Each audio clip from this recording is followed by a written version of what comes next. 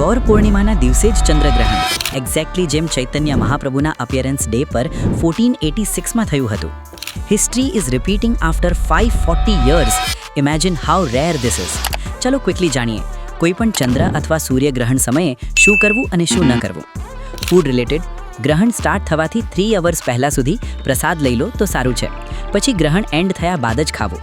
Anyways આ વખતે ગૌર પૂર્ણિમાની કારણે સાંજે 7 વાગ્યા સુધી ફાસ્ટિંગ રાખો અને પછી એકાદશી પ્રસાદમ લો. અનકુક્ડ રો ગ્રેન્સ જેમ કે રાઈસ, દાળ, આટા અથવા રો ફ્રૂટ્સ અને વેજીટેબલ્સ શુદ્ધ જ રહે છે. તેમને કંઈ કરવાની જરૂર નથી. મિલ્ક, કર્ડ અથવા કોઈ પણ કુક્ડ ડ્રાય આઇટમ્સ જે લાંબા ટાઈમ સુધી ખરાબ નથી થતા જેમ કે બ્રેડ, બિસ્કિટ્સ, ચિપ્સ, સેવ નમકીન, ડ્રાય સ્વીટ્સ અથવા પિકલ આ બધા પર ગ્રહણ પહેલાં જ દરભાકુશા ગ્રાસ રાખીને પ્રોટેક્ટ કરી લો. બટ કુક્ડ ફૂડ જેમ કે રોટી, સબ્જી, દાલ, રાઈસ આ બધું ગ્રહણમાં કન્ટેમિનેટ થઈ જાય છે એટલે તેને પહેલાં જ કન્ઝ્યુમ કરી લો.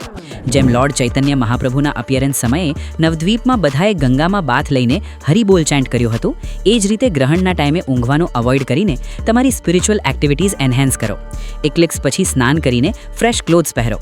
જો તમે બ્રાહ્મણ ઇનિશિએટેડ હોવ તો તમારું સેક્રેડ થ્રેડ પણ ચેન્જ કરી લો. ઈચ્છો તો પહેલાં જ ન્યૂ થ્રેડ બનાવીને રેડી રાખી શકો છો. ગ્રહણના ટાઈમ ભગવાનની પૂજા અથવા ઓફરિંગ ન કરો. આલ્ટર ગ્રહણ દરમિયાન બંધ રાખી શકો છો. પછી મંદિરને ગૌમૂત્ર અને ગોબર સ્પ્રિંકલ કરીને પાણીથી સારી રીતે ક્લીન કરી લો.